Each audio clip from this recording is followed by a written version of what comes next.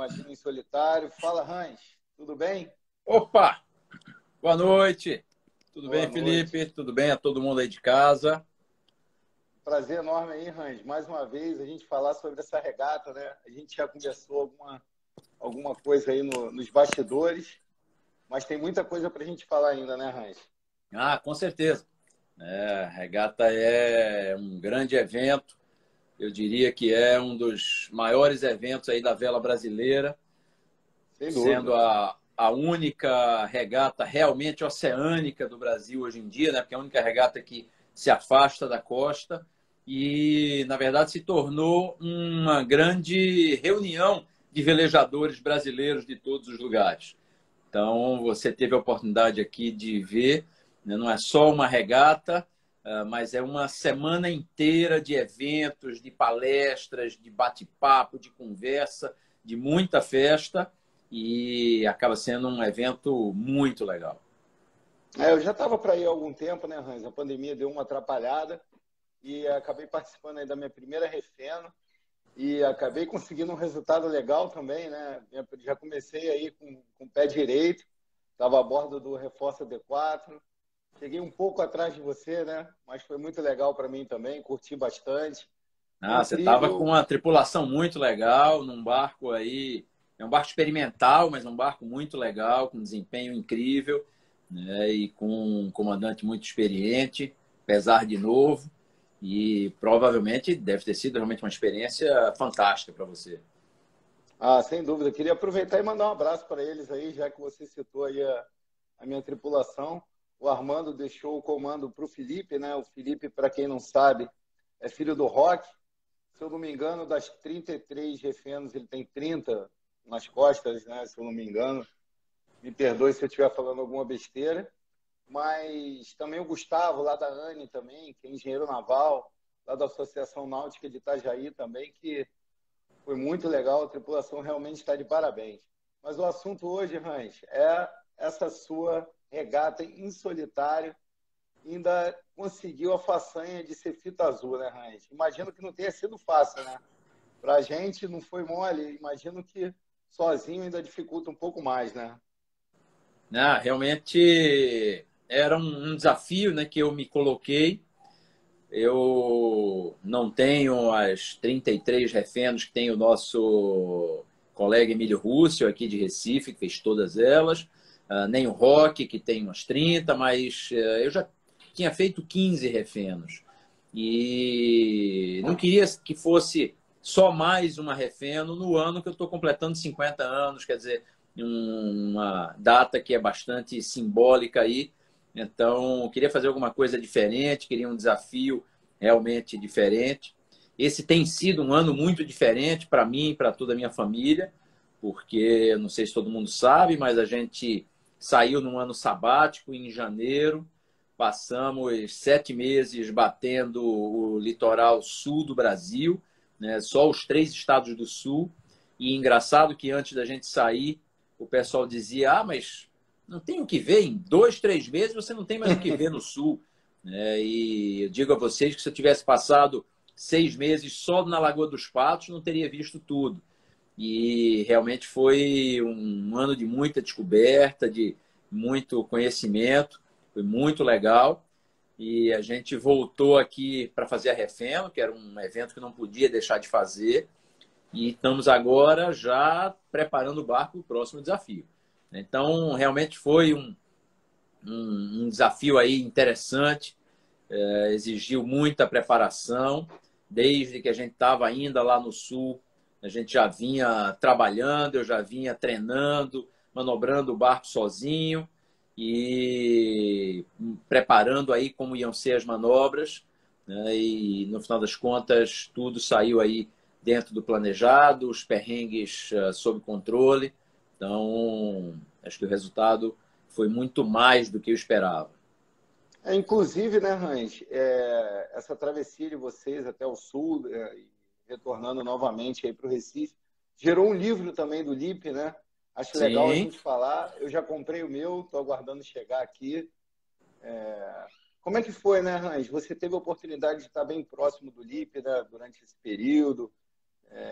Como é que foi para vocês, para a família inteira aí, antes da gente falar da Refeno? A gente já tinha tido a oportunidade de passar o ano de 2020, durante a pandemia, muito próximo, porque foi o ano que o barco ficou pronto e a gente foi buscar ele lá na França. E passamos aí 3 meses embarcados, preparando, recebendo o barco lá, preparando para a travessia e fazendo a travessia da França para o Brasil, numa época em que a maioria das pessoas estava trancada dentro de casa. Então, para nós, realmente foi um ano que para muita gente foi perdido, para nós foi um ano ganho. Um ótimo treino, né? Foi um ótimo treino também para você, né? Foi, com certeza. Conhecer o barco. E quando a gente chegou aqui, nos deu a vontade de fazer algo a mais do que aquilo. Então, começou a aparecer essa ideia de fazer um ano sabático e eu consegui me desvencilhar por um ano do meu trabalho, terei uma licença não remunerada e digo a vocês que foi uma experiência incrível, tá? Incrível pelo tempo que a gente passou em família a bordo e a qualidade desse tempo, né? Porque a gente já não assiste televisão em casa, mas no barco a gente nem tem televisão. Então, as 24 horas que a gente passa no barco são 24 horas de convivência realmente com a natureza, com a família, com as pessoas. E visitamos lugares incríveis e, mais do que isso, a gente conheceu pessoas incríveis durante essa viagem. Fomos muito bem recebidos por todo lugar que a gente passou, né? E eu digo isso às pessoas, muito mais do que os lugares incríveis que a gente conheceu, foram as pessoas incríveis que a gente conheceu, que a gente revisitou e que a gente teve por companhia nesse período. Então, foi realmente muito legal. E aí, ao final lá do período no Sul, a gente aproveitou para prestigiar a Semana de Vela de Ilhabela. Passamos por lá. A gente se encontrou lá, né? A gente teve a oportunidade de... Encontramos lá. A gente fez um trabalho muito grande aí com os multicascos no sudeste do Brasil. Conseguimos levar 5 barcos lá para correr a Semana de Ilhabela. E acho que foi bem legal. E aí de lá viemos direto de Ilhabela para Recife, 1.200 milhas, para poder chegar aqui a tempo de preparar o barco e participar aí desse desafio em solitário. Então, acho que as coisas estão se encaixando muito bem nesse ano. Estamos aí muito satisfeitos com a forma como tudo está caminhando. Aproveitando que eu vi aqui que o Muriel entrou, está assistindo nossa live aí. O Muriel foi muito bem também, foi o segundo barco a chegar em Noronha, com o Jaú. Meus parabéns aí, Muriel. Andou muito, né? Andou na nossa frente. A gente chegou próximo a ele, mas para passar é difícil, né? Chegar é uma coisa, passar é outra, né? Acho que vocês fizeram um pega muito bom aí, né? Entre o Jaú e o D4, deve ter sido um peguinha bem legal. Mas o Jaú é mais experiente. O Muriel realmente é um cara com uma experiência incrível em multicascos como um todo, né? E na Refeno especificamente, tem muitas passagens aí. Mas voltando aí para o livro do Lipe, né? O livro do Lipe é fruto da nossa primeira viagem, da viagem de travessia do Atlântico. Então, é um livro que ele fez não só o texto, mas ele fez todas as imagens, os desenhos são dele. Então, ficou realmente um livrinho muito legal. É um livro que conta a história da nossa viagem, todo ilustrado por ele. E foi lançado na semana pré-Refeno. Tem muitas fotos da viagem, mas muitos desenhos também. Então, é um livro leve de ler, né? É um livro legal. E ele já está pensando aí no segundo livro, que vai contar essa nossa viagem para o sul do Brasil. Então, provavelmente aí no ano que vem, a gente deve estar lançando aí a segunda versão aí do livro e já tem um terceiro livro em mente que vai contar a viagem para a África do Sul, que a gente vai fazer aí a partir do mês que vem. O Lipe ele foi no Camboja, né, com a Bruna e com o Jairo. Eles falaram muito bem, né, dele. Na verdade, no Jubarte, né? Jubarte. quando eu lancei a ideia aqui em casa de fazer refém em solitário, eu, como sempre, tive todo o apoio da Karina, minha esposa, né? Ela sempre está comigo, junto em todas as maluquices que eu invento, mas o Lipe ficou revoltadíssimo porque iria perder uma refeno. Né? Vocês terem uma ideia, ele com 10 anos de idade já tem 7 refenos nas costas. Né? Fez a primeira refeno dele com 1 ano e 1 mês. Então, ele só perdeu aí uma refeno que não aconteceu e uma que a gente tinha vendido o nosso barco, ainda não tinha recebido o barco atual, e aí ele não correu. Mas quando eu anunciei que ia fazer em solitário, ele ficou revoltadíssimo e só se acalmou quando a gente conseguiu, aí junto com o Jairo e a Bruna, que são amigos nossos de muito tempo e com quem o Lipe se dá muito bem, conseguimos embarcar ele e ele curtiu muito. Acho que o Jairo e a Bruna também curtiram a presença dele, a tripulação se deu muito bem. Então, acho que foi muito legal para todo mundo. Hans, muito legal. E já que a gente tocou no assunto sobre o barco, né, Hans?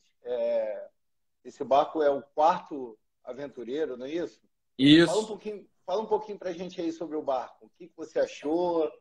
Quais as características do barco? Olha, já é o nosso 4º aventureiro, já é nosso 3º catamarã. E a gente vem evoluindo, a gente vem pesquisando esses catamarãs já há bastante tempo. A gente acha que aqui para o Nordeste, para o tipo de velejada que a gente faz, ele é o barco ideal. Ele traz conforto, ele traz velocidade, ele traz baixo calado e a gente tem realmente usado bastante. Você tem uma ideia, esse barco está conosco há 2 anos, já tem 15 mil milhas navegadas nele.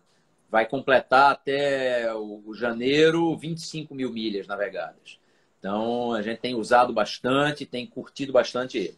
Ele é um barco fabricado na França, num estaleiro chamado Outremer, que é um estaleiro boutique. Ele não tem o tamanho da produção de um Lagoon, de um Fontane Pajot, de um Leopard, mas ele é voltado a produzir barcos de cruzeiro rápido para casais darem a volta ao mundo com conforto, com segurança e com velocidade.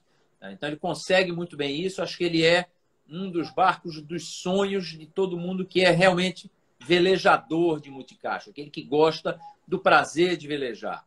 Então, ele tem canas de leme, a gente consegue tocar o barco com uma cana de leme na mão, como se fosse um bobcat grande. Né? Ele tem um prazer de velejar muito grande. Ele começa a velejar com muito pouco vento. Então, lá no Mediterrâneo, nos testes do barco, com 5 nós de vento, a gente já estava fazendo 5 nós de velocidade. Então, é um barco que a gente acaba motorando muito pouco, a gente veleja muito nele. Isso é muito legal. E com muito vento e com mar grosso, ele é um barco muito seguro, muito forte, muito bem construído, com vários compartimentos estanques na proa, na popa, tem crash box na proa. Então, é um barco que nos dá assim, muita segurança de navegar nele, né, e muito prazer de navegar. Você tem uma ideia, na viagem da França para o Brasil, a gente pegou 3 dias com 35 nós de vento direto e o barco se comportou super bem, 3 forros de riso na mestra, metade da buja enrolada, a tripulação toda batendo papo dentro da cabine, tranquilo, piloto automático tocando e a gente muito reduzido, muito assim, na maciota, fazendo 9 nós e meio de média nesses 3 dias. Que é muito difícil para o barco, né, Hans? Você ter conforto e o barco que ande bem é o sonho, sim, né? É o que todo mundo espera, né? Pois é, muito difícil você reunir, né, num barco. Na verdade, tem um grande projetista de barcos, especialmente multicascos, que diz que num barco você tem 3 características, que são conforto, ou espaço, ou tamanho, tá? Velocidade, desempenho e custo. E dessas 3, você só pode escolher 2 ao mesmo tempo. Tá? Então, você não consegue ter as 3 ao mesmo tempo. Você não consegue ter um barco que seja confortável, rápido e barato, porque se você quer ter conforto e velocidade, talvez você tenha que aumentar o tamanho do barco, ou aumentar os materiais mais exóticos na construção. Então, é muito dificilmente você conseguir um barco que reúna essas três características num equilíbrio muito bom. E é claro que esse equilíbrio varia de pessoa para pessoa, né? Tem gente que não precisa da velocidade toda que a gente tem, né? Até às vezes nos critica quando a gente diz, mas a gente fez refém no passado média de 12 nós nas 25 horas da regata, né? Eu digo sempre o seguinte, um barco rápido, ele pode ter velocidade reduzida se você precisar enfrentar um mar muito grosso, tá? Estiver desconfortável, você tem como diminuir. Mas a velocidade é uma questão de segurança, porque com ela você consegue fugir do mau tempo. Hoje, com previsão de tempo recebida a bordo através de satélite e com um barco rápido, a gente consegue escolher que tempo a gente vai navegar. Isso é muito importante. Com barco devagar, você não tem a opção de acelerar um barco devagar. O barco rápido, você tem a opção de reduzir a velocidade dele. Com pouco vento também, né, Hans? Essa possibilidade também, né? Olha só, os nossos motores, a gente faz normalmente com um motor só, que como a gente costuma velejar com pouco vento, a gente faz 6 nós e meio com um motor só. Tá? Por que eu uso um motor só? Porque com 2 motores eu acrescento 1 nó a mais de velocidade. Só que eu gasto o dobro do combustível. Então, economicamente não vale a pena. Tá? Só se a gente estiver enfrentando uma correnteza contra, um vento contra, tiver um horário muito apertado para chegar, que justifique você gastar o dobro para andar 1 nó a mais. Mas eu ando 6 nós e meio no motor. Com 7, 8 nós de vento, eu já estou andando mais do que isso na vela. Tá? E é fácil você ter 7, 8 nós de vento em qualquer situação. Né? Então a gente acaba motorando muito pouco com o barco. Então é um barco que nos dá o prazer de velejar bastante e de precisar motorar pouco. Legal, Hans. Tem bastante gente aí assistindo a nossa live, né? Queria agradecer a todo mundo, mas algumas pessoas em especial, o Giovanni Dolif, que é um grande parceiro da Velejar Brasil aí que está assistindo. Então, o pessoal que quiser se inteirar e saber mais sobre meteorologia, segue o Instagram dele aí, #. Aliás, vou pegar o gancho, tá? Acabamos de fechar a parceria com Giovanni Dolif e a Metplan. Eles vão fazer o nosso acompanhamento meteorológico, tanto na ida para a África do Sul, quanto na volta, né, em preparação para a partida da Cape to Rio. Durante a regata, a gente não pode ter auxílio externo, mas a gente vai ter o estudo meteorológico prévio do Giovanni e da Metplan, tanto na ida, o acompanhamento durante a ida toda. A ida é sempre um pouco mais dura e mais arriscada do que a volta, porque a gente costuma velejar em latitudes maiores, né? Mas a gente vai ter todo um estudo pré-largada com o Giovanni para a gente definir a estratégia dos primeiros dias, o que vai ser fundamental aí nessa regata. A meteorologia é muito importante, né, Hans? Eu subi a costa agora com Aruba 28 e o Giovanni me ajudou muito aí nessa subida. E quem precisar também desse suporte, eles também têm oportunidade, eles têm esse serviço também que eles estão prestando. Além dele, o Mochumi também está aqui. Mandar um abraço para ele. O meu amigo Felipe, do Beleza Pura, a animação das festas, né, das regatas. Tem bastante gente. Fica difícil aqui se eu esqueci o nome de alguém. O pessoal do Vela Show também, que está confirmado lá para Ilha Bela. Então, acho que vai ser legal também o pessoal se inscrever lá no Instagram lá do Vela Show. Hans, a gente fez uma estratégia parecida, né, na regata, né? Eu confesso que quando o Felipe, o Roque, a gente estava conversando sobre estratégia, eu achei um pouco estranho, né, a gente não ganhar altura no início. Para quem não sabe, a gente foi, vamos dizer, por baixo, né? A gente não subiu tanto igual os outros barcos. E no final foi uma estratégia genial. Acredito que tenha sido um dos motivos da sua vitória, da sua fita azul. Fala um pouquinho aí para o pessoal, Hans. Você que tem vários reféns aí, pode explicar melhor o que a gente fez, né? O que tanto a nossa embarcação quanto a sua fez para poder chegar em Noronha. Essa é uma regata que às vezes, em algumas edições, chega a ser chata no sentido de que é um través que você larga, monta a boia norte ali fora do porto, abre um genoão, amarra a escota no cunho e só vai mexer nas velas de novo lá em Noronha 2 dias depois, né? Mas alguns anos trazem tempos mais variáveis, como foi esse ano, e exigem algumas estratégias diferenciadas. Então, acabam sendo anos bem interessantes quando a gente tem um pouco aí de tempero a mais na regata, como foi esse ano. Não, o que aconteceu? Esse ano, apesar das previsões não estarem indicando isso, e é sempre bom a gente lembrar que previsão é previsão, né? Realidade é outra coisa. Então, a previsão dava um travezinho já desde o início, mas a regata acabou começando numa orça folgada. E essa orça folgada era ele estabelecia assim, um limite entre velas diferentes, dependendo do barco e da configuração vélica de cada barco. Então, você, dependendo das suas velas, poderia ter opção de usar uma vela um pouco diferente, arribar um pouco mais, com um pouco mais de velocidade, tá? Mas isso iria lhe fazer perder barlavento, e barlavento é sempre importante, né? Eu tenho um colega velejador, infelizmente já está velejando aí em outro patamar, mas ele dizia sempre que barlavento é a poupança do velejador. Então, é realmente sempre importante, mas a gente optou por uma estratégia não só de percurso diferente, mas uma estratégia de vela diferente em relação à maioria dos competidores.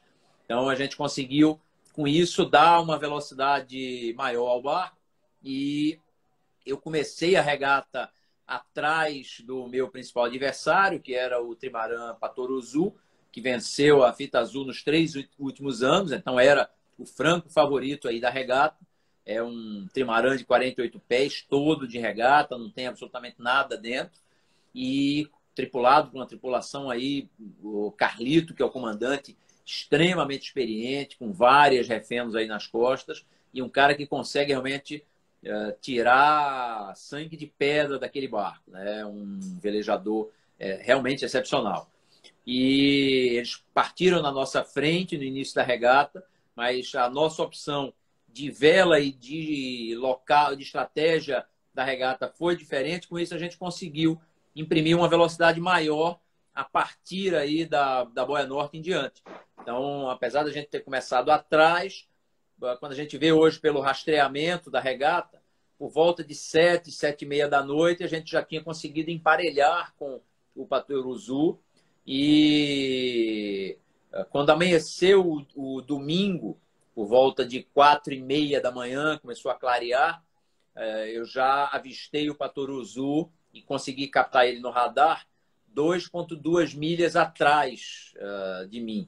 Então, realmente, a estratégia se mostrou aí bastante interessante.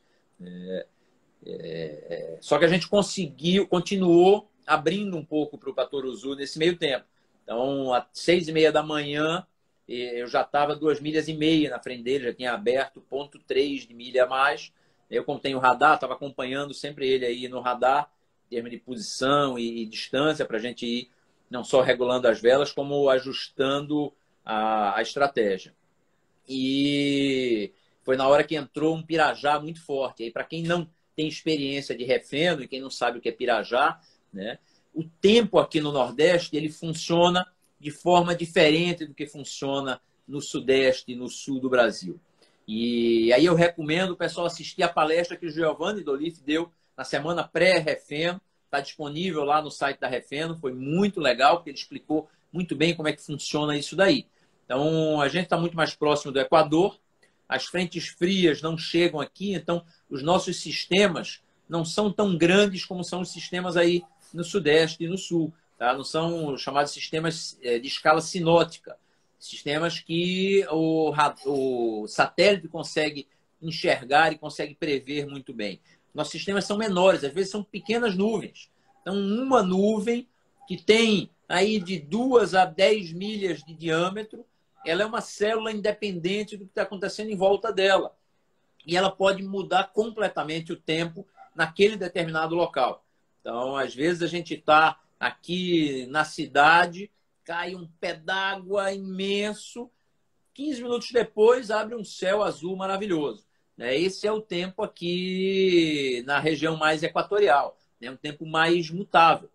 E os pirajás é como a gente chama essas nuvens, alguns chamam de caju, são na verdade CBs, são cúmulos nimbus, são grandes nuvens de tempestade, que elas vão crescendo e amadurecendo durante principalmente a tarde e a noite, com o acúmulo de umidade que vai evaporando do mar, e elas vão maturando ao longo da noite e da madrugada.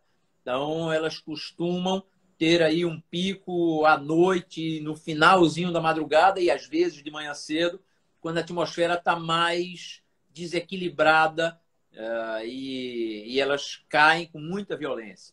Então, esse primeiro pirajá, que eu peguei às 6h30 da manhã... O pico deu 36 nós, um pirajá? Eu peguei 33 nós naquele primeiro pirajá.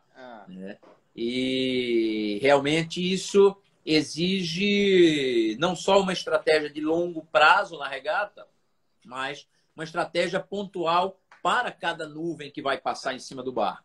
Então, a gente, com um barco rápido, a gente tem a opção de escolher por que lado da nuvem a gente vai passar, se posicionar em relação a ela para poder pegar a intensidade de vento e a direção de vento mais favorável, e lembrar de trocar as velas, porque o vento sobe de 13, 14, 15 nós, como estava antes desse primeiro pirajá, para 30, 35 nós em 2, 3 minutos. Né? Então, depois que chega, não dá mais para a gente fazer nada, você tem que se preparar antes. Então, principalmente para mim, que estava sozinho, era muito importante ter a antecipação das manobras. Então, eu tinha uma vela especial para esse tipo de vento, uma vela de través, que a gente chama de screecher, uma vela muito utilizada nos multicascos, só que essa vela exige que cada vez que eu vá usar ela, eu suba ela na driça, desenrole. Ela pesa 40 quilos, ela tem 100 metros quadrados, então não é uma vela fácil de manobrar. É aquela amarela, a amarela que você estava na... Ela é meio prateada, meio transparente, meio prateada, e ela aumenta a minha área de vela de proa da Genoa de 56 metros quadrados, vai para 100 metros quadrados. Ela quase que dobra a área de vela de proa. Só que não só aumenta o tamanho, mas ela aumenta a qualidade da área vélica. É uma vela apropriada para aquela direção de vento, para aquela intensidade de vento. Mas ela exige que você trabalhe. Então, você tem uma ideia, eu coloquei essa vela para cima e para baixo 4 vezes ao longo da regata. Tá? E eu não deixo ela em cima porque ela corre o risco de, num desses pirajás, abrir. E se ela abrir, aí acabou. Eu vou ter que arriar ela batendo, né? E 100 metros quadrados de área batendo sozinho para recolher não é fácil. Não é mesmo, não. Então... Até para a tripulação fica difícil, né, Hans? Mas pois é, eu corro normalmente com 6 a 8 tripulantes nesse barco. Né? Regatas mais curtas, que tem mais manobra, a gente corre aí com 8 tripulantes. Lá em Ilhabela eu estava com 7 tripulantes e num dia a gente chegou a correr com 9 tripulantes. Então, essa refeno em solitário exigiu realmente um trabalho de preparação anterior do barco, do layout, de estudo de como ia fazer cada uma das manobras e um trabalho de antecipação em cada manobra para que você não fosse pego de surpresa. Quando a gente fala em solitário no barco, né, Hans, a gente sempre tem, acho que a maior preocupação é cair do barco, né? Tá sozinho. Mas fora isso, Hans, você tinha algum receio, alguma outra coisa que te preocupava por você estar indo sozinho?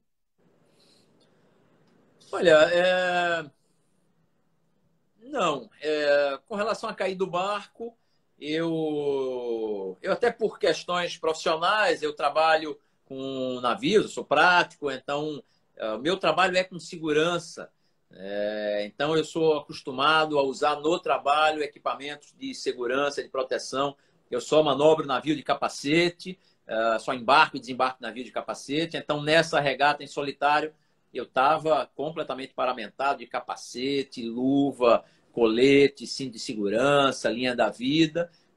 Então, tive muito cuidado ao executar cada uma das manobras. E aí não faz diferença se é de dia, de noite, porque se você cair ali sozinho, o barco vai-se embora até a Europa e não tem quem te pegue de volta, né?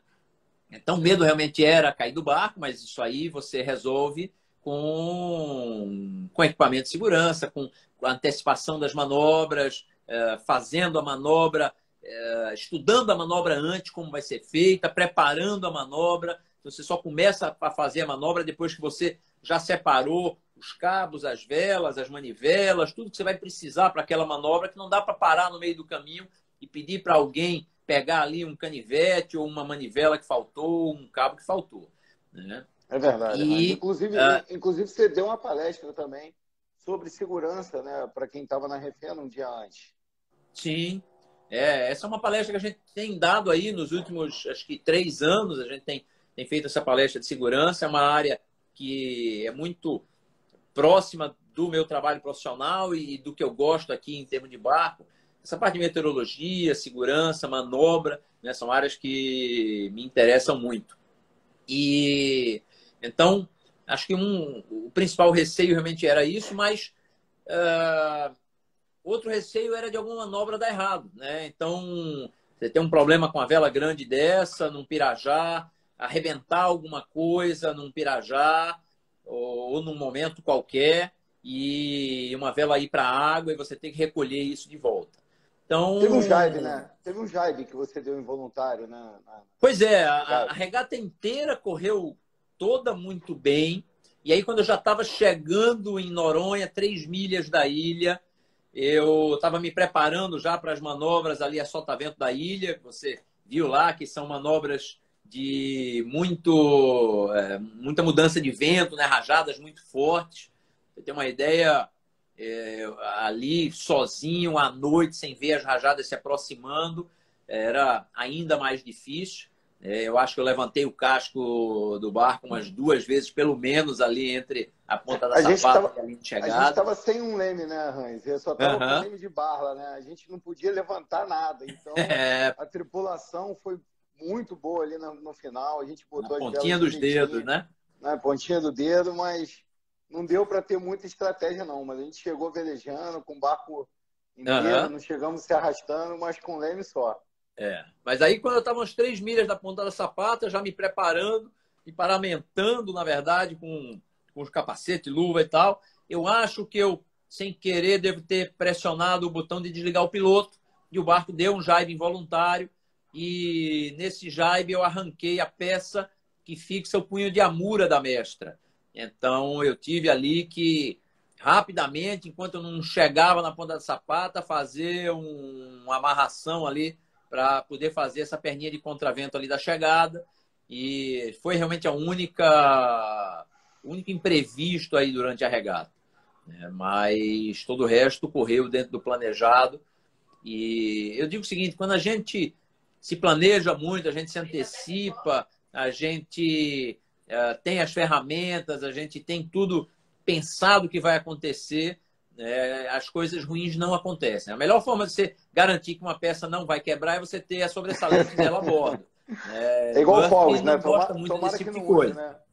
Igual fogos, tomara que vença, né? Pois é.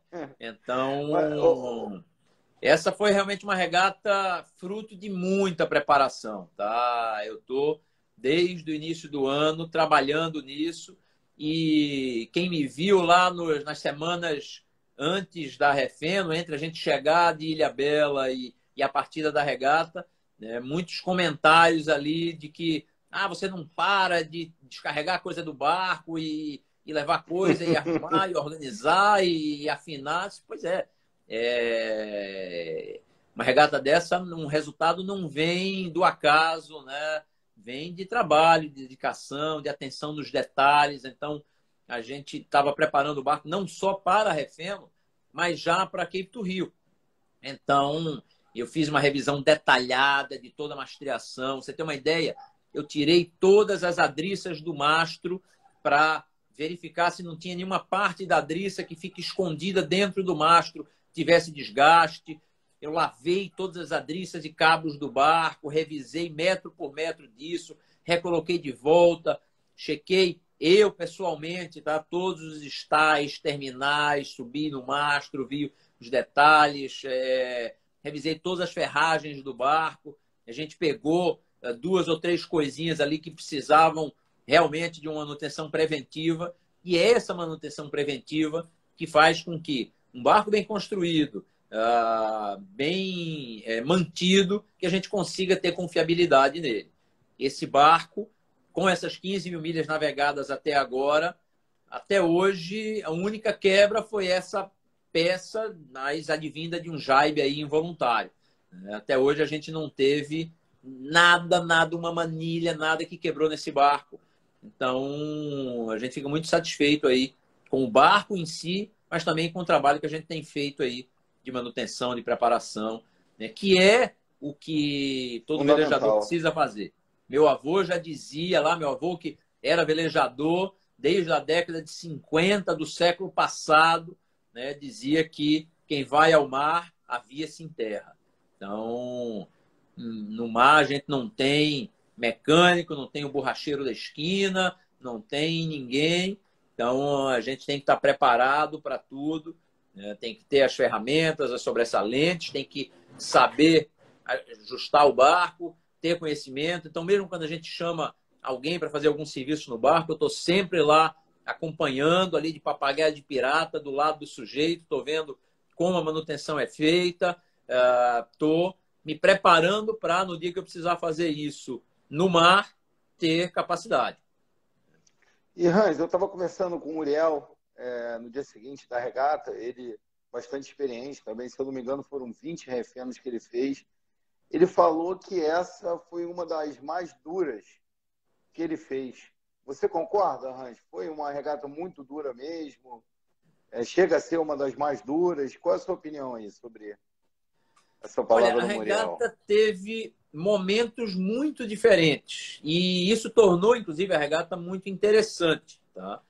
A regata partiu com vento relativamente fraco, teve uma perninha de contravento mesmo, né? Contravento exatamente na direção do vento até a boia norte.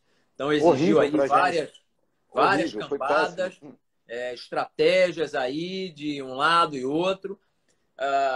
Depois foi seguida por uma orça folgada nas primeiras horas, de vento, eu diria aí, de fraco a médio, vento aí na faixa de 12 a 15 nós.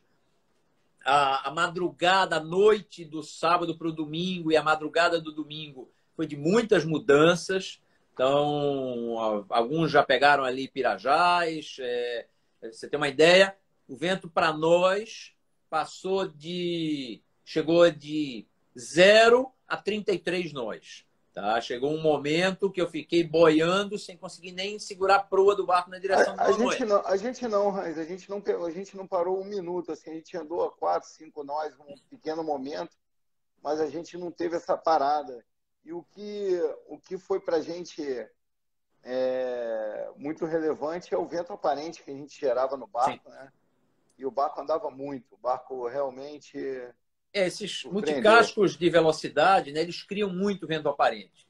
Então, tanto é que a nossa escolha de velas é normalmente muito diferente das velas de monocasco. A gente normalmente tem velas para vento mais de proa e través. É difícil a gente ter balões grandes, mesmo quando a gente anda de popa raso, os catamarãs andam zigue-zagueando, né? E isso define também uma estratégia diferente. E aí, continuando com a regata, né? Engraçado que, para mim, o domingo, ao longo do dia, foi extremamente tranquilo. Tá? Eu diria aí de 10 a 11 horas da manhã até umas 4 ou 5 da tarde. Era um domingo de céu azul, mar tranquilo. Parecia ser uma velejada que os americanos chamam de champagne sailing. Aquela velejada de gente chique tomando seu champanhezinho ali no convés e tal. Teve almoço, cara, foi cair a tarde do domingo, caiu pau, começou a chover, ventar, e aí o vento muito inconstante, entrando, saindo, rondando, exigindo várias trocas de vela. Eu achei que ali a regata já estava mais ou menos tranquila para mim, que estava abrindo bastante aí dos barcos que estavam atrás. A partir do final da tarde do domingo, eu já não conseguia mais avistar no visual ninguém para trás. Cara, o domingo de noite foi pauleira, com muito trabalho. Então, eu não sei se foi assim uma regata muito dura, se foi a mais dura que eu já corri. A regata passada, por exemplo, teve muito mais mar. Esse ano o mar estava relativamente tranquilo. A gente teve 1,5 a 2 metros de onda a regata inteira. E ano passado a gente teve 2,5 metros a 3 metros a regata inteira.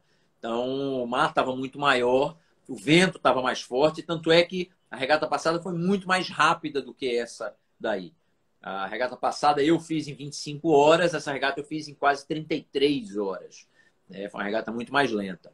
Em compensação, foi uma regata mais estratégica, exigiu aí mais raciocínio, mais trabalho e não só velocidade em linha reta.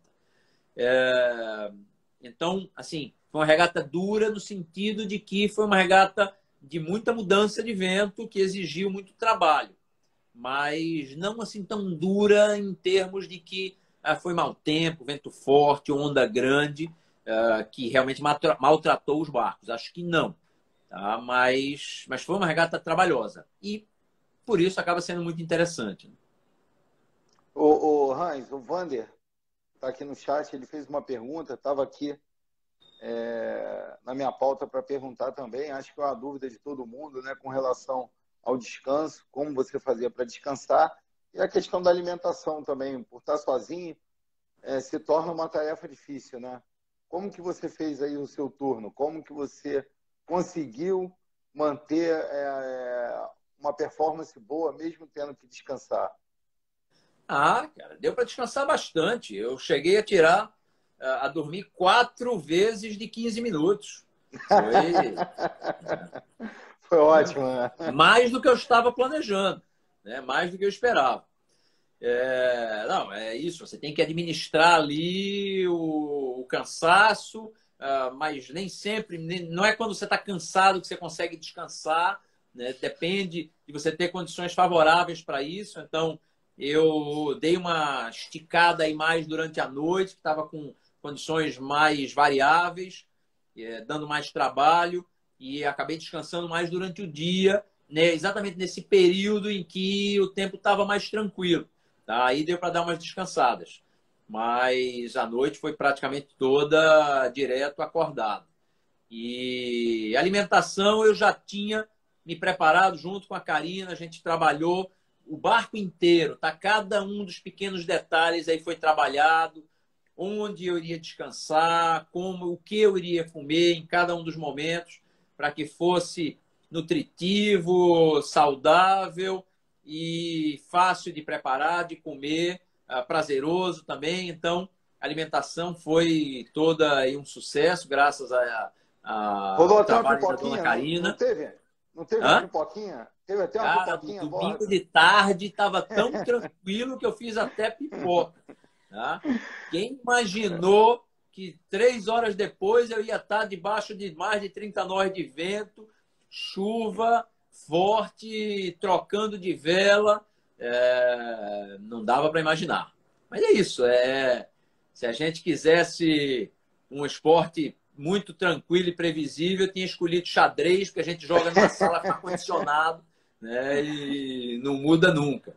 Então, o bom da vela é isso, é que é imprevisível, é variável. Essa é uma das coisas legais do nosso esporte.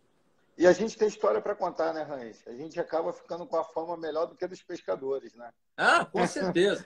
Não, e eu digo o seguinte, a gente tem muita história para contar, né? E a imensa maioria delas é verdade. Então... A Karina está falando aí, o que a Karina falou, hein? Karina disse que os nossos 2 filhos, não só o Lipe, mas a mais velha também, a Marina, os 2 tinham fama de contar histórias mirabolantes demais na escola. E algumas vezes a gente chegou a ser chamado na escola com preocupação, porque os filhos eram muito criativos, eles inventavam umas histórias malucas de que tinham atravessado o oceano de barco, tinham visto baleia, sabe, umas coisas assim, muito mal, baleia pulando ao lado do barco, umas coisas assim, muito fora do comum, né? E a gente teve que dizer, não, a maioria disso é verdade mesmo. Mas olha, eu vi algumas perguntas interessantes aí passando. Vamos lá. Então, o pessoal perguntou aí, o pessoal do Regata News perguntou se eu participaria na tripulação de um barco brasileiro na Ocean Race. Eu já tive o prazer de correr uma regata durante a última parada da Volvo lá em Itajaí. Corri uma regata a bordo de um daqueles barcos, uma daquelas regatas Pro-Am. São barcos máquina, fantásticos, né? Tá? São incríveis realmente. Eu digo que eu tenho muita vontade de correr uma regata curta, tá? 2 dias no máximo. Se você me convidar para ir correr uma regata dessas de 30 dias pelo Southern Ocean, passando do lado de iceberg, nevando no Convés e tal, tem nenhuma vontade de fazer uma maluquice dessa. É muito sofrimento. Eu tenho uma admiração incrível por quem passou por essas regatas, tá? Pelos nossos velejadores profissionais aí, o Bochecha, a Martini, o Torben, todos esses que enfrentaram essa dureza, tá? Eu não tenho nenhuma vontade. Agora, se alguém quiser me convidar para uma regatinha curtinha aí de 2 dias, vou com o maior prazer. E vai ser agora, em abril, né? O pessoal que quiser aí já se organizando em Itajaí esse ano, não é mais Volvo, né? Agora é só Ocean Race. Estaremos lá, tá? Já tive um convite de um amigo para ficar aí a bordo do barco dele. Agradeço muito. Vamos sim, vamos comparecer.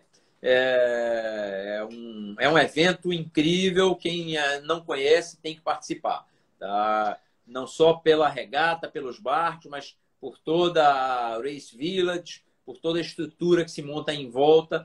É realmente muito legal. E a gente também... eu tenho muita vontade, outros eventos que eu tenho vontade de participar, né? Um deles é a Caribbean 600. Tá? Essa é uma regata de 600 milhas que monta 17 ilhas no Caribe. Então faz um percurso assim de um zigue-zague, vai e volta, tem contravento, través, popa. É uma regata muito legal. E um dia aí, quem sabe, a gente consegue montar um time brasileiro para participar aí da Caribbean 600. O Murilo Novaes, que é um dos meus ídolos aí, grande amigo, vai participar agora da Middle Sea Race, que é lá em Malta, e é uma regata parecida também, uma regata que faz um percurso entre várias ilhas lá, também com 600 milhas de comprimento. Então, essas são regatas legais. E aí você pode perguntar, mas tu não quer participar de uma regata longa e vai participar da Cape to Rio?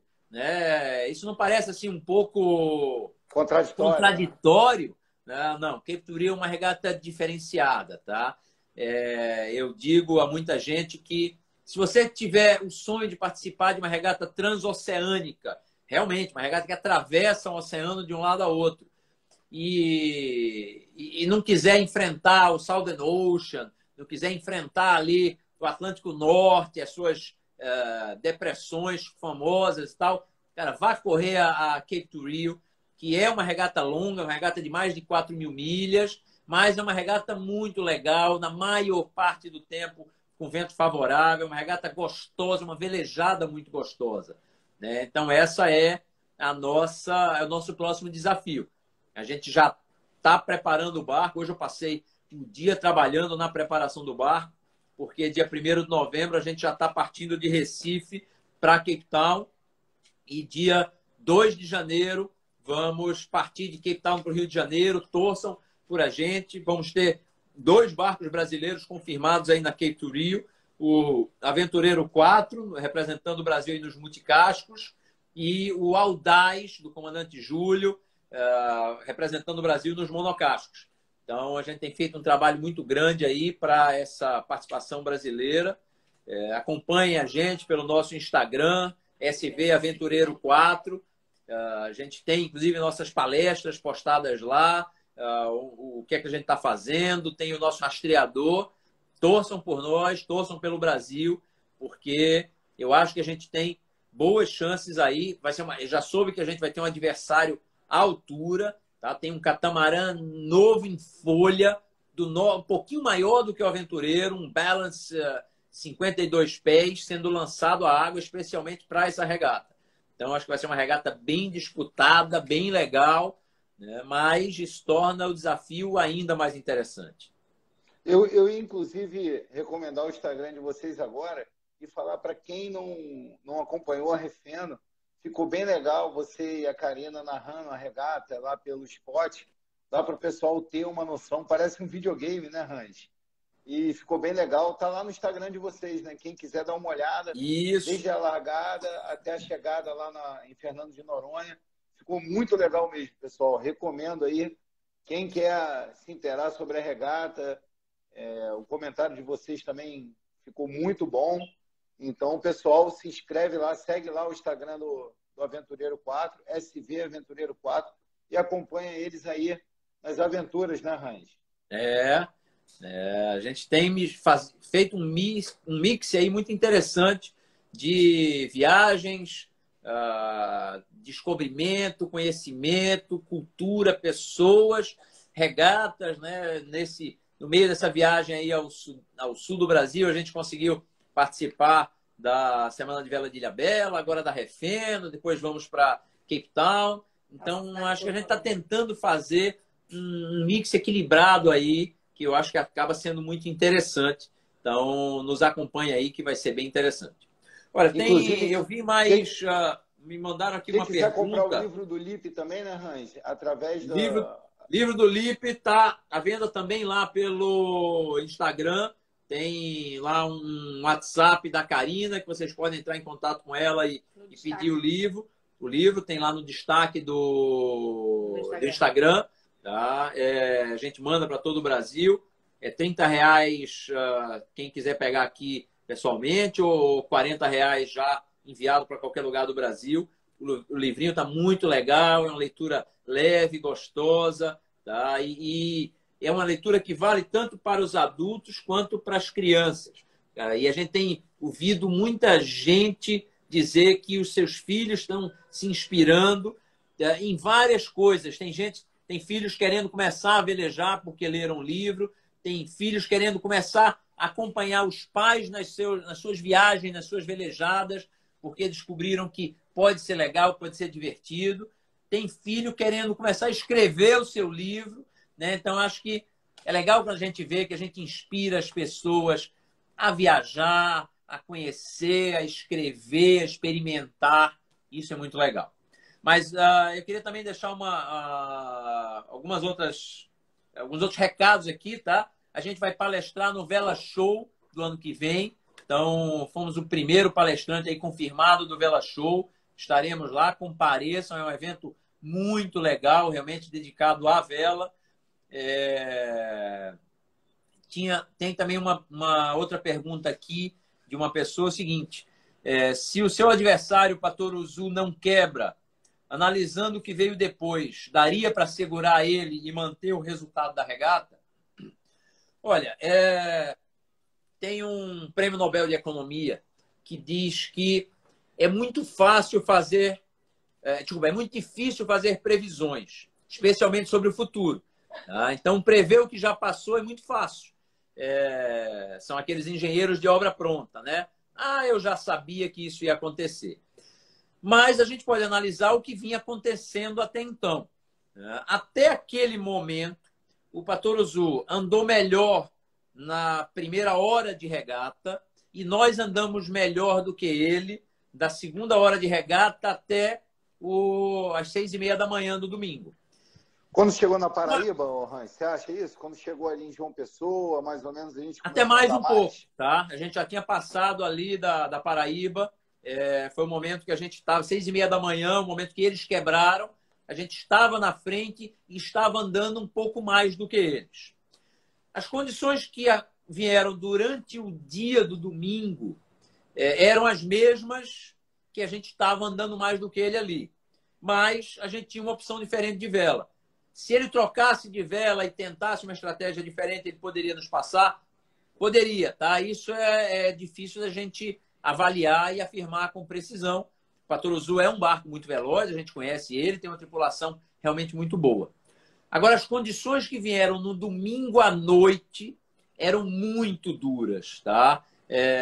Vento muito forte, o mar engrossou, realmente condições que eu não sei se eles teriam condições de nos acompanhar naquelas condições. O nosso barco pesa quase o dobro do Patoruzu.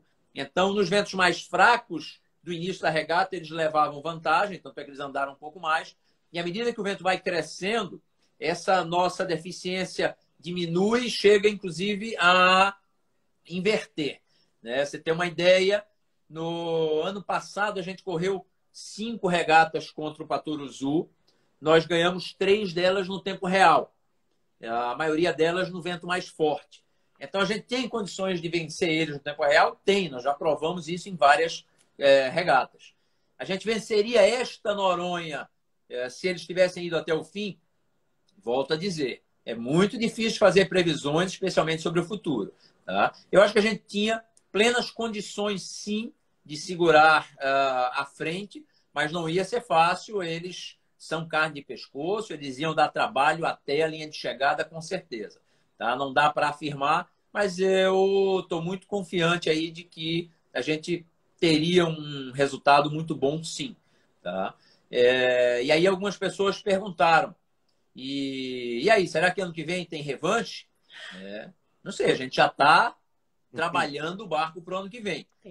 Vocês terem uma ideia, para esse ano... Inclusive, já abriram as inscrições aí para a Refém. Não, as inscrições abrem em fevereiro. Fiquem de olho aí nas redes sociais. O Cabanga anuncia aí com uma certa antecedência. E os primeiros lotes de inscrição são bem mais baratos. Tá? Então, vale a pena se inscrever logo no início da regata. Esse ano, te disse, a gente fez um trabalho muito grande. Pra você ter uma ideia, eu estimo que a gente correu esse ano de 700 a 800 quilos mais leve do que a gente correu ano passado. Tá? Então, foi realmente um trabalho muito detalhado.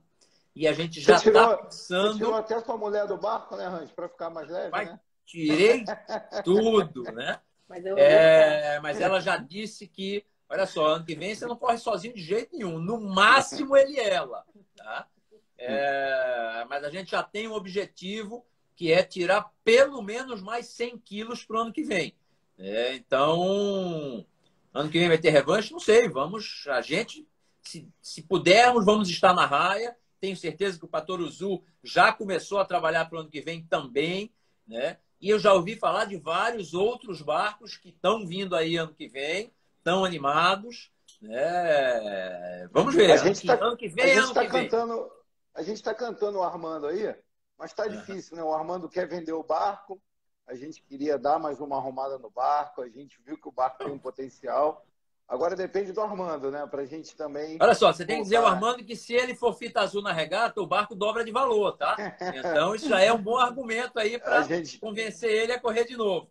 Né? A gente tem que correr muito, Range. A gente tem que andar muito ainda. Cara, o barco tem condições. O D4 tem um potencial de velocidade enorme. Né? O que precisa ser trabalhado nele é a questão da confiabilidade.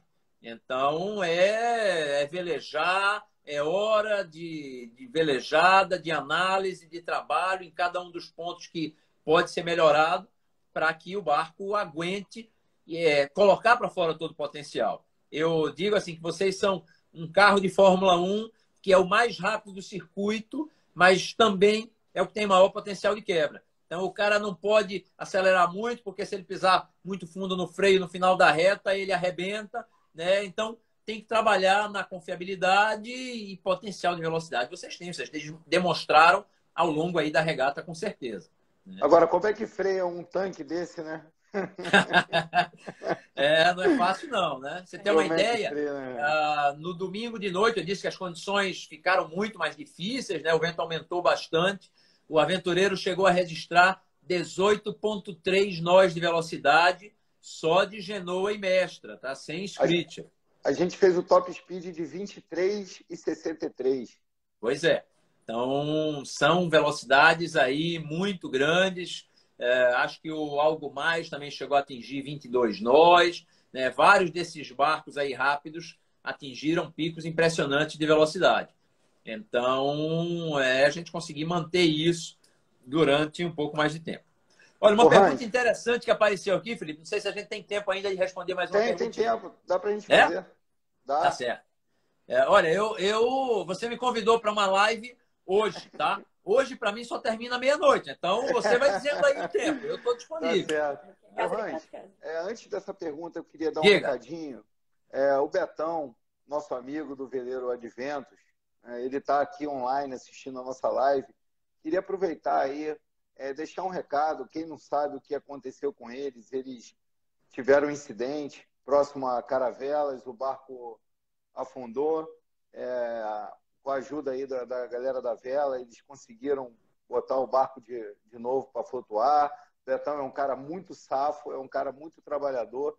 Tenho certeza que ele vai botar esse barco novamente aí nas condições que precisa estar para correr o Mar Refeno. E quem quiser ajudar, né? Quem quiser dar uma força, eles estão com uma vaquinha também. Entra lá no Instagram dele. Qualquer quantia, qualquer coisa ajuda muito. Fica esse recado aí. Um monte de gente já ajudou. E quem quiser dar uma força, vale muito a pena, que o Betão é um cara aí, nota 10, que merece essa ajuda aí da galera. Merece muita ajuda, tá? A gente tem acompanhado aí o trabalho de resgate do Adventos. A gente torce aí para ver esse barco aí de volta, velejando. E vamos dar uma força para o nosso amigo. Nós já colaboramos lá e temos que divulgar isso mesmo. Desculpa te interromper, você tinha falado de uma pergunta interessante. Uma pessoa perguntou aqui, por que no Brasil não temos grandes regatas como na Europa, com barcos Imoca, Volvo e... Regata News, foi Regata News que falou aqui. Isso, Regata News. Excelente pergunta. Olha só, a gente... Primeiro, a vela no Brasil, ela ainda é pouco divulgada, né? É um esporte, infelizmente, ainda de poucos. Um esporte que não tem muito acompanhamento da mídia, apesar de que ontem a gente teve notícias de que o retorno de mídia da Refeno foi impressionante. Tá? Vocês terem uma ideia, a Refeno já teve até agora mais de 15 vezes o valor gasto em produzir a regata de retorno de mídia. Tá? É inacreditável o tamanho, o espaço que tem quando a gente trabalha bem um evento, quando a gente tem alguns apoiadores legais e a gente tem um trabalho interessante de mídia, como a gente tem feito aí. Então, esse é um ponto. A maioria dessas regatas grandes, acho que mais da metade delas são baseadas na França. E a França vive, respira regatas oceânicas desde sempre. Os velejadores franceses são heróis nacionais, eles são acompanhados no noticiário diário da França. Então, acho que isso é um ponto. A gente tem que trabalhar na divulgação do esporte, na divulgação da vela. A gente tem que trabalhar para trazer mais gente para a vela, para trazer mais eventos, para trazer mais apoiadores e patrocinadores e para divulgar. Cada vez que a gente conseguir fazer isso, cada vez que a gente conseguir falar para os nossos amigos, divulgar um pouco, a gente está caminhando nesse sentido. E conseguir organizar mais eventos, conseguir divulgar eventos como a Refeno, como a Semana de Vela de Ilhabela, como a regata Bracuí, a regata de Angra, de Ubatuba. Né? Santos Rio, né, Hans? A Santos Rio. Vai ser agora em novembro, agora também. Ainda tem tempo de o pessoal se organizar e participar também.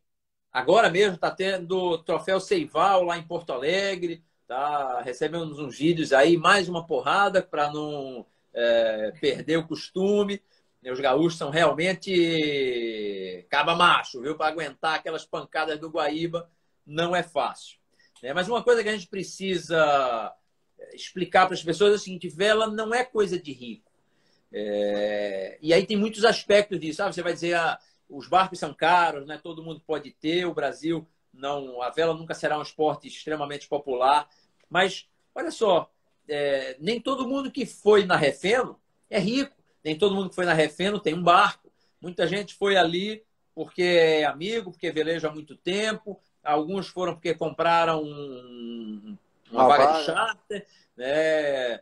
E aí eu me lembro muito de uma entrevista de um magnata americano nos anos 80, que tinha alguns dos melhores barcos, os Kialoa, eram os maiores maxi da época e os mais regateiros, mais avançados da época. E uma vez entrevistaram ele e perguntaram assim, mas vela não é um esporte rico? Ele disse, não. Veja o meu exemplo. Meu barco tem 25 pessoas embarcadas. Só eu sou o rico aqui. Todo o resto é tripulante. Né? Então, na vela a gente consegue fazer um mix. Tem algumas pessoas, claro, que tem que ter os barcos, mas outros levam seus amigos. Tem gente que tem barquinho pequeno, cara. Tem, eu mesmo, correu. Eu tenho um micro 19, velejo aqui em Angra. Eu já corri a Refeno num Delta 26. Tá? O Delta 26 é um barco que qualquer pessoa de classe média que tenha 2 carros em casa tem condições de ter um Delta 26. Tá? E te digo que foi uma das melhores refenos que a gente já correu. Eu, a Karina, nossa filha mais velha, que na época tinha 1 ano e 10 meses, tinha acabado de passar por uma cirurgia do coração e estava ali aproveitando a vida na sua plenitude. Hoje, essa menina, há 3 semanas, ela começou a trabalhar numa equipe de Fórmula 1 na Inglaterra, está no topo do topo, lá na área de aerodinâmica. Numa carreira aí fantástica que começou velejando aí no Delta 26. Na verdade, nós começamos velejando no Velamar 20. Aliás, começamos no Microtona 19 de um amigo. Tá? Depois compramos com muito sacrifício o nosso Velamar 22. Depois tivemos nosso Delta 26. E assim a gente foi de barco em barco, devagarzinho crescendo. Tá? O pessoal vê hoje o Aventureiro e diz, vocês têm um barcão. Cara, o Aventureiro já é o nosso 6º barco. É o 4º Aventureiro, mas já é o 6º barco de oceano que a gente tem. Então, a gente vai devagarzinho, com sacrifício, com foco. Né? A gente não tem casa de praia. Todo o nosso foco, nosso tempo que sobra é destinado ao barco.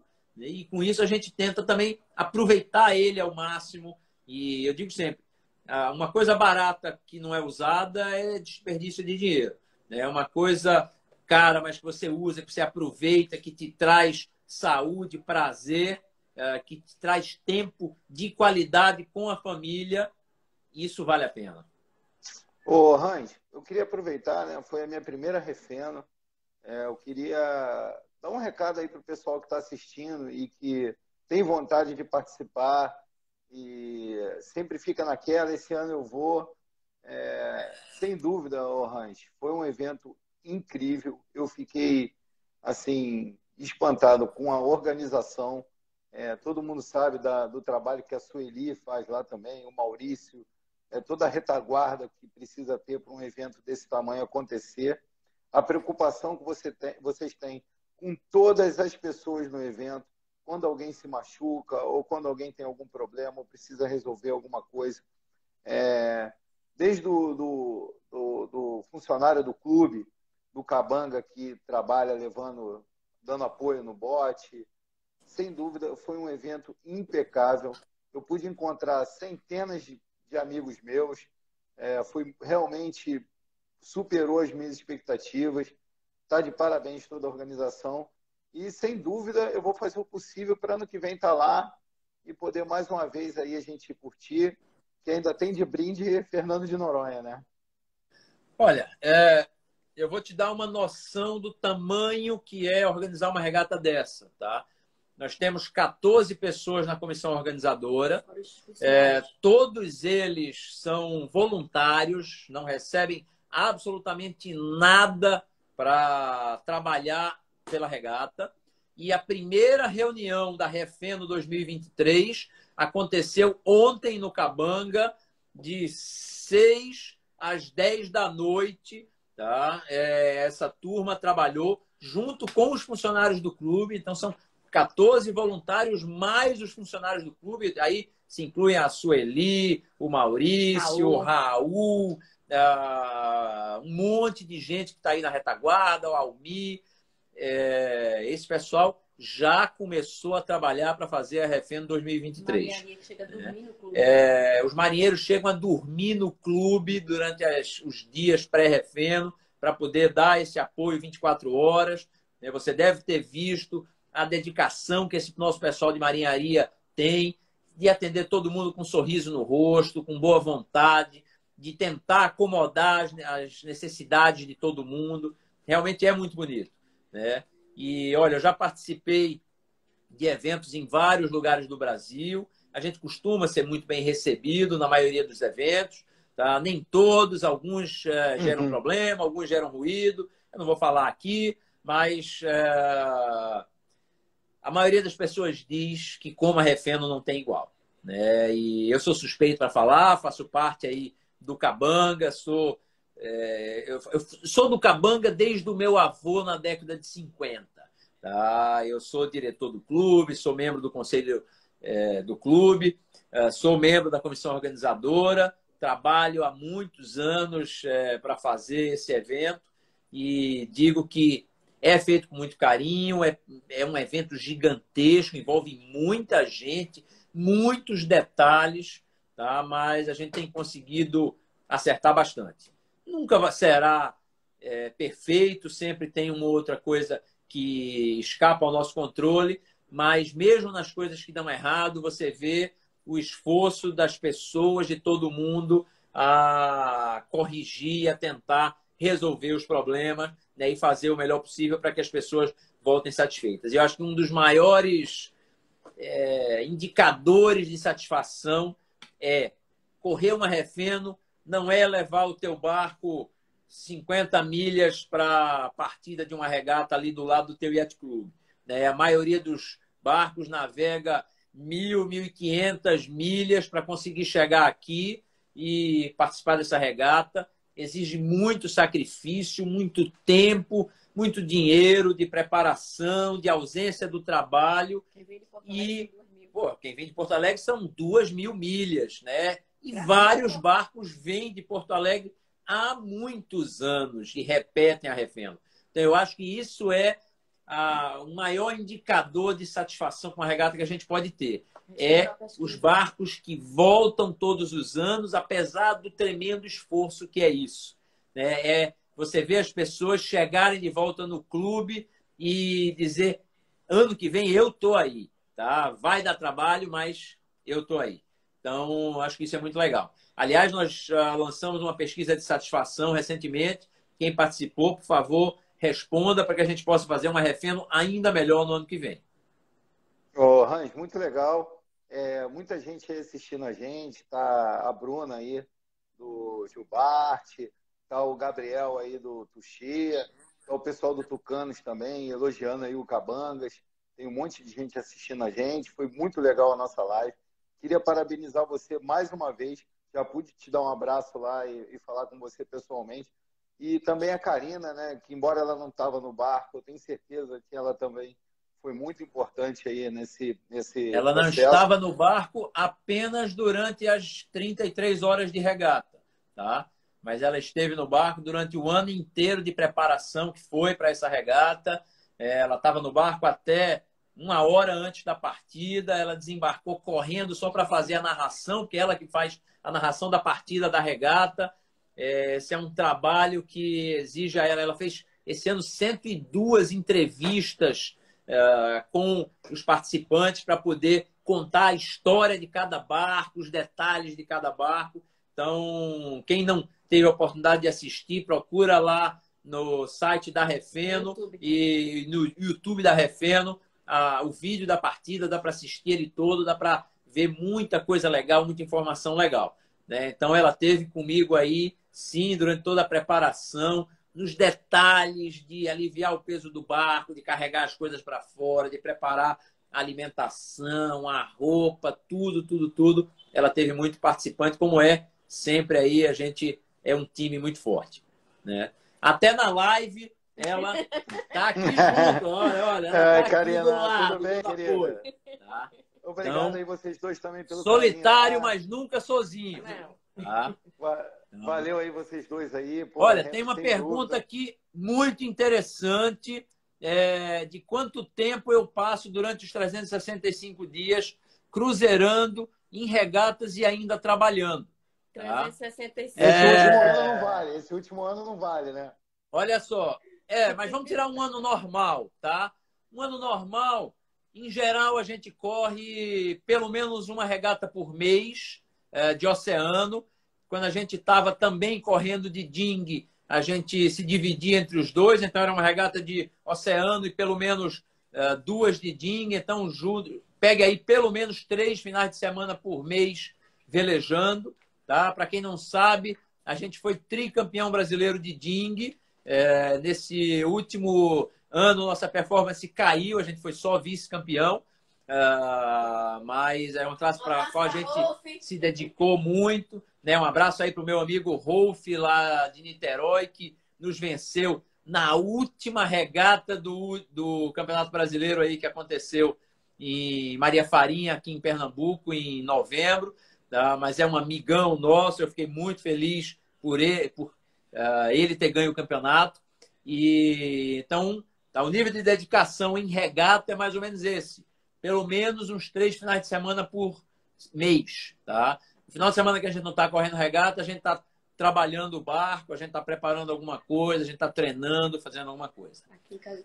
Cruzeirando sempre que tem oportunidade. Tá?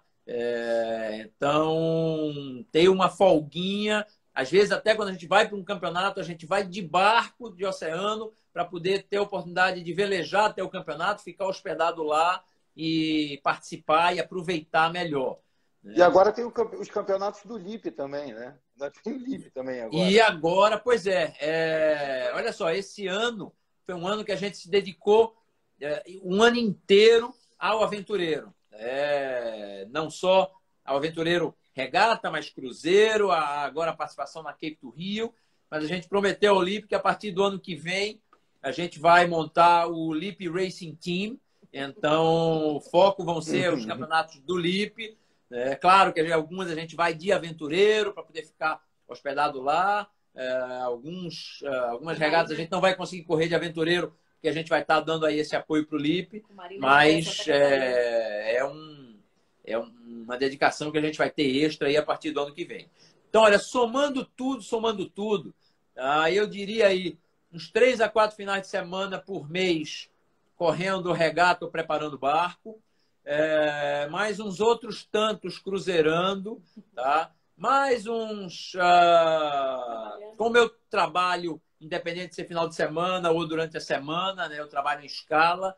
Então, somando tudo, correndo regata, cruzeirando e trabalhando uns 650 dias por ano, mais ou menos, tá? E aí, fora isso, o resto é tempo livre.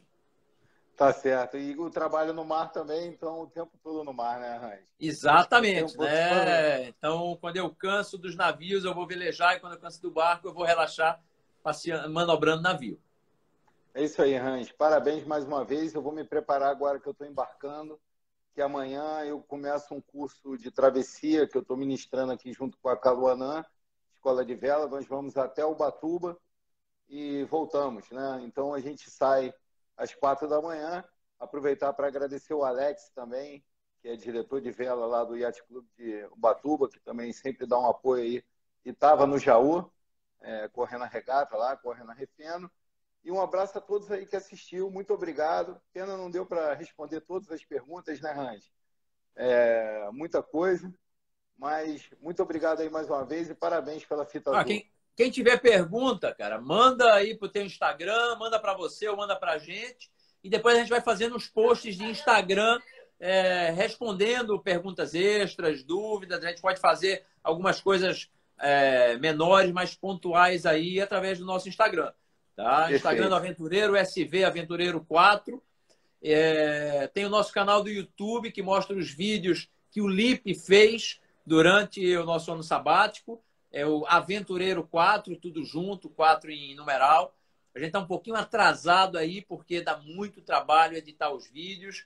Adriano, #Sal, olha minha admiração por você. Tá? Isso dá um trabalho monstruoso, mas a gente promete que um dia a gente vai conseguir terminar aí os vídeos. Tá?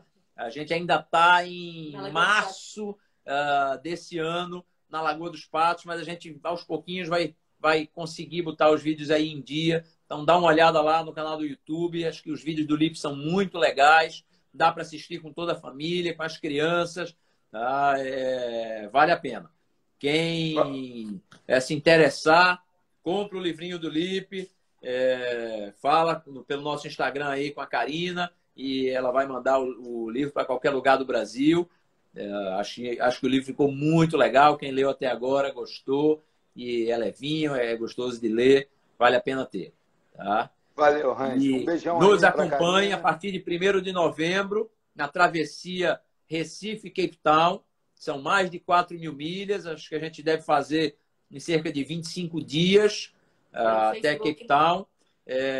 No Facebook, a gente deve estar fazendo postagens a partir do Aventureiro durante toda a travessia. E quem acompanhar também através do nosso rastreador do Predict Wind vai ver. O Predict Wind é muito legal porque ele mostra a posição e a gente tem condição de postar o que está acontecendo durante o dia. Então, a gente vai tentar fazer aí várias vezes por dia o que está acontecendo, como está sendo a viagem, né? E você consegue ver também como é que está o tempo aonde a gente está. Então, é muito legal isso. A gente vai ter um rastreador do InReach, aí você só consegue ver a nossa posição, mas pelo Predict Wind a gente consegue postar essas coisas a mais e acho que a gente vai tentar postar aí no Facebook também. Tá? No Face não vai dar para ter imagem, mas dá para ter texto, dá para a gente fazer alguma coisa aí ao longo de toda a viagem. E a partir de 2 de janeiro, torça pelos barcos brasileiros na Cape to Rio, tá? O Aventureiro 4 no multicasco, o Audaz no monocasco. A gente vai com todo orgulho aí representar o Brasil nessa regata que atravessa o Oceano Atlântico. São mais de 4.000 milhas, como diz aí a chamada da Cape to Rio, é The Adventure of a Lifetime, né? É a aventura de uma vida.